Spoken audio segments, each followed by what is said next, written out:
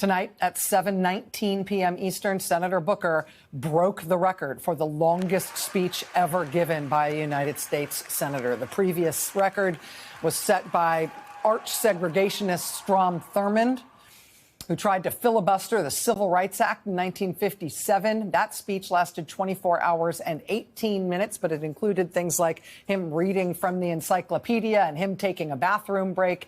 Senator Cory Booker did nothing like either of those things. Tonight, Senator Booker blew past Thurmond's record. He spoke until 8:04 p.m. for a total of 25 hours and 4 minutes. Would the senator yield for a question?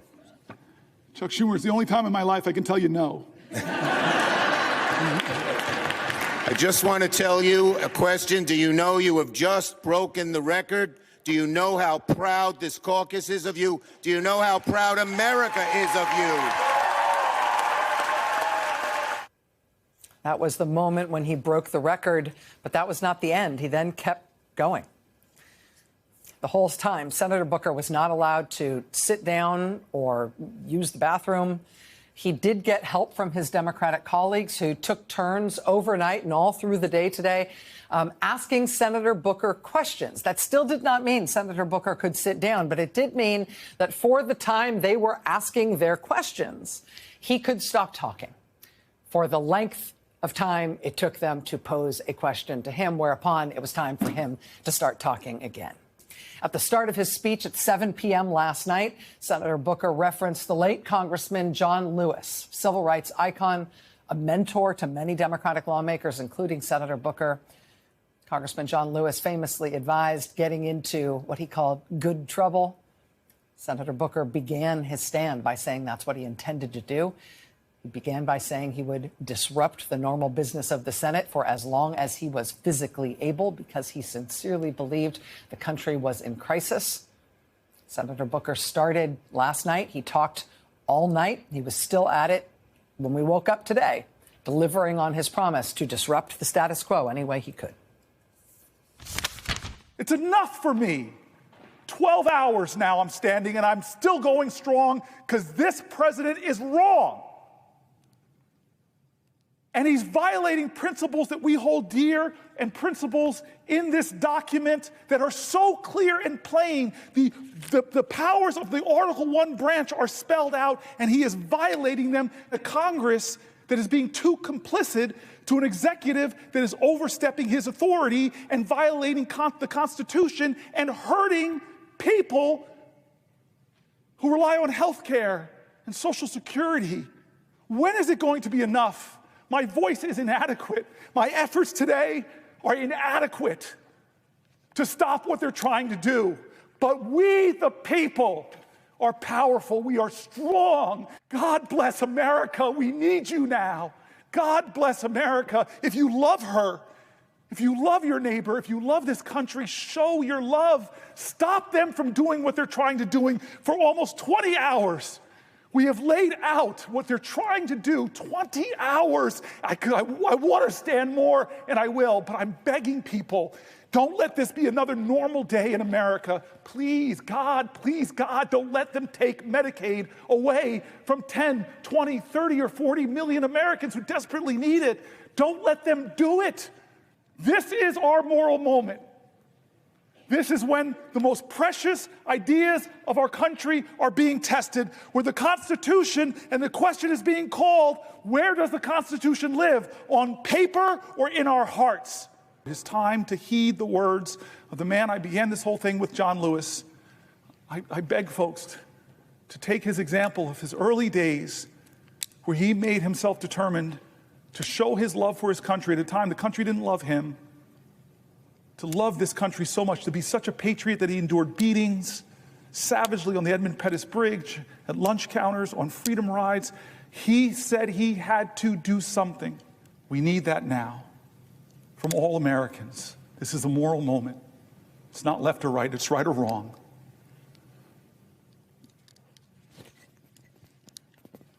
Let's get in good trouble. My friend, Madam President, I yield the floor.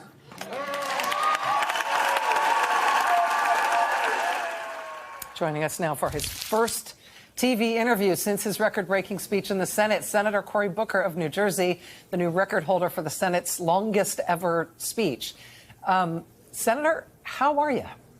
I'm definitely hurting a little bit, but I'm feeling strong in spirit and grateful to so many people who allowed me to tell their stories on the Senate floor and who were there for me, from the parliamentary staff to my colleagues. It was a long 25 hours, but I'm feeling a lot of gratitude. Staying up 25 hours for any reason is a trying thing physically. What was different about the experience of it than what you anticipated? I mean, you stood by your fellow Senator Chris Murphy 9 years ago when he did 15 hours. He described that today as a solidarity or a sympathy filibuster, in that you stood with him during that time. So you've experienced some of the pain of this before, but A, you're 9 years older than you were then, and B, this was a lot longer. How was it different, and how much were you prepared for? You know, I was grateful to Chris. He and I talked about it before, and I at the end tonight, I said, our balance sheet's not equal. I now owe you 10 more hours. I stood with him, and I really wanted to see if I could stand for as long as he and I were going to go. And he was successful that day in getting concessions from Mitch McConnell to have votes on the Senate floor around gun safety. Unfortunately, even common sense gun safety then failed. But for me, it was an experience that stuck in my mind. I could do 15 hours without going to the bathroom, even though my legs really hurt over those 15 hours. Both of us talked about how our feet hurt. And so when my team and I decided to do this, we just said, let's take some risks. Let's go out there and see how long we could last. And to be candid, Strom Thurmond's record always kind of just really irked me, that he would be the longest speech, that the longest speech on our great Senate floor was someone who was trying to stop people like me from being in the Senate. So to surpass that was something I didn't know if we could do, but it was something that was really, as we got closer, became more and more important to me. You used that phrase, take risks. You said repeatedly over the course of this filibuster, this speech, that you're motivated to do this by your constituents essentially challenging you to come up with something, to do something more than you thought you comfortably could do. Can you tell us a little bit about the decision-making process that you went through about deciding to do this? Obviously, you kind of kept it under wraps. You prepared with your staff, but nobody publicly knew you were going to do this until you started it. No, I do really credit constituents who are impatient, who are demanding, who are scared, who are angry, and very understandably taking that anger out on Democrats who have to take some responsibility for being where we are in American history right now. And so the more I thought about it with my team, especially after the decisions we made revolving around the continuing resolution, I've been working so hard with my colleagues trying to get them to engage in social media, put more of their heart and spirit out there. They're doing an amazing job.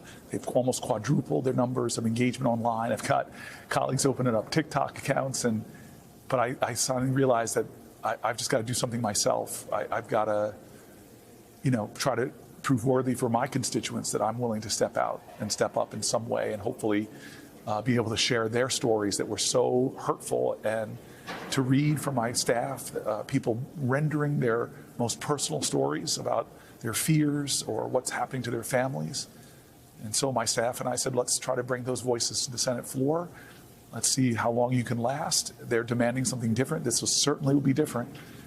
And I think that a lot of that energy from the folks that I've been seeing in Jersey and across this country really helped carry me through.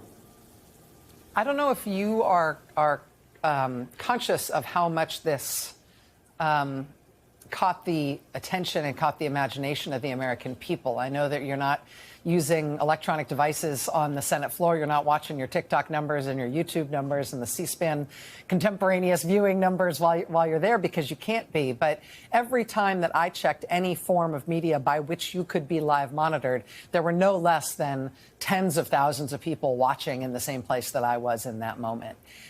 What you've done with everything else that's going on with this administration and the horrific cuts of 10,000 people fired today from the nation's health agencies and all these other things. This is the biggest story in the country right now. You have captured people's attention for 25 hours. And I'm wondering, For people who were moved by what you did, either among your Senate colleagues or just people who watched you from home, what do you hope they might do differently if they're moved by you and they feel the same sort of spirit that caused you to do what you did? Well, I hope that we're all served to be ignition points for each other. My constituents, the letters, the calls, the demands were definitely an ignition point for me, but we've got to continue to ignite this movement. The only thing that stopped Donald Trump from tearing away the Affordable Care Act was the engagement of tens of thousands of Americans who didn't think they would become little lobbyists or activists or come down to the Capitol or protest in their communities. You know, Rachel, you and I have known each other a long time, and I've been listening to your show more regularly. I'm so grateful that you're doing this first 100 days. And I love how you start every show by showing what other Americans are doing. They're not waiting for us in Congress to lead. They've decided to take matters into their own hands and do something different. Those people were demanding to me to catch up, to try to do what like they're doing. This is really about folks leading from their hearts and deciding I'm not going to just let business as usual go on in my life. And so I'm hoping that this is one part of a larger effort that tries to stop them from doing what they're about to do later this week or next week. I have not, I've sort of checked out for this 24 hours, but they're going to try to push through a bill that's going to gut $880 billion from Medicaid. They're going to try to put forward to a bill that's going to give tax cuts to the wealthiest in our country, disproportionately trillions of dollars, and all that, and they're going to still blow one of the biggest single president deficits into our national economy, into our national debt. It's outrageous. And we have got to try to stop them in the same way that the people of this country were able to get good conscience Republicans, Susan Collins, Lisa Murkowski, John McCain, to change their votes and stop him from doing it. Well, we need to move 3 members in the House, I think, and 4 members in the Senate, and all of us have to be a part of that. We can't sit back and do nothing. I'm listening to you and I hear you, but I'm also outside my body a little bit, marveling at your cogency right now. I know that, I don't know if you know that you are still making sense, but you're still making sense and your sentences are still properly structured, and it's starting to feel like a superhuman thing. I'm mindful of how much of your additional energy I'm taking right now. Am I right that you wear one of those rings that monitors your vitals? I do. My staff was telling me we had to look at what it says. So I opened it up, and it gave me nothing on a sleep score because my heart rate was pretty damn high after about 4 or 5 hours, a little bit high. That's concerning. So there are definitely some physical things. I'm feeling it now, and it's the first time I ever did an interview with you where I got to sit down, and there's a man here I've known for years, and he's just, I almost kissed him when he gave me this seat to sit down. So I'm grateful. Well, Senator, as I said, what you have done has captured the nation's attention, and I think captured the moral imagination of this nation in a way that you were really demanding with what you did. And so I don't know what the outcome's going to be. You never know what the outcome's going to be of these things. I do know that if you don't do it, nothing's going to happen. Exactly. And so I wish you rest, and I think you should get checked out by a doctor, and I think you should hydrate, and I hope you get people to leave you alone for the next few hours. Thank you so much, my friend. Thank you. Thank you, sir.